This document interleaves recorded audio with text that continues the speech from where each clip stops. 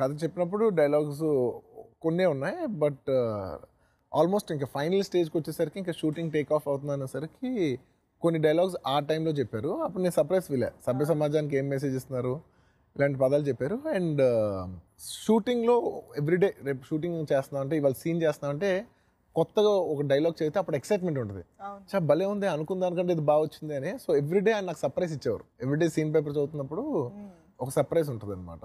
So అలాగా next లెవెల్లో తీసుకెళ్ళారు. నాకు తెలీదు ఆయన మామూలు సినిమాలు చూసినప్పుడు డైలాగ్స్ బాగుంటాయి అనుకున్నాను, కానీ ఒక సీన్ ఆయన డైలాగ్స్ ఎప్పుడు నెక్స్ట్ లెవెల్ తీసుకెళ్తారు నేను వర్కింగ్ అప్పుడు నాకు అర్థమైంది.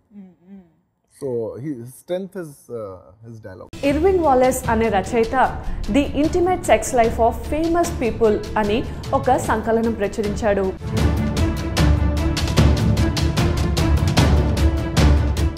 ఫెటిష్ అంటే నగ్నంగా నిద్రించడం అనే విభాగం కింద గాంధీ పేరు కనబడుతుంది.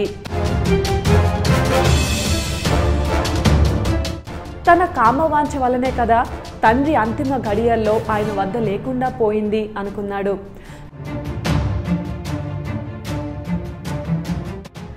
గాంధీ బ్రహ్మచర్య ప్రయోగాల గురించి అర్థం చేసుకోవాలంటే సెక్స్ గురించి గాంధీ అభిప్రాయం తెలుసుకోవాలి.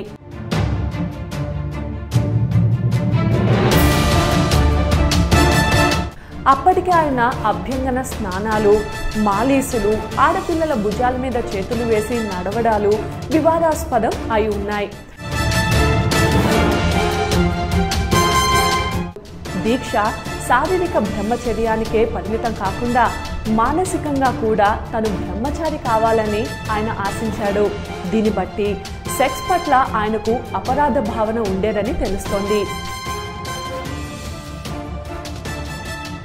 గాంధీ ఆ స్త్రీలను తన పక్క మీద తన దుప్పట్లోనే పడుకోమనేవారట.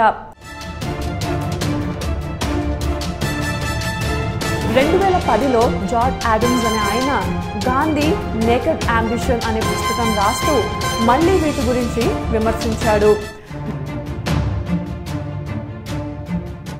గాంధీ ట్రూత్ రాసిన ఎరిక్ ఎరిక్సన్ సిద్ధాంతం ప్రకారం గాంధీ జీవితంలో మాతృత్వ భావనకు ముఖ్య స్థానం ఉంది. ఒంటరితనం అనుభవించినప్పుడు ఆయన తల్లి ప్రేమకై తప్పించి స్త్రీ కౌగిలిలో సేద తీరేవాడు. నౌఖలి పర్యటన తర్వాత నుంచి క్రమం తప్పకుండా ఆయన పక్కనే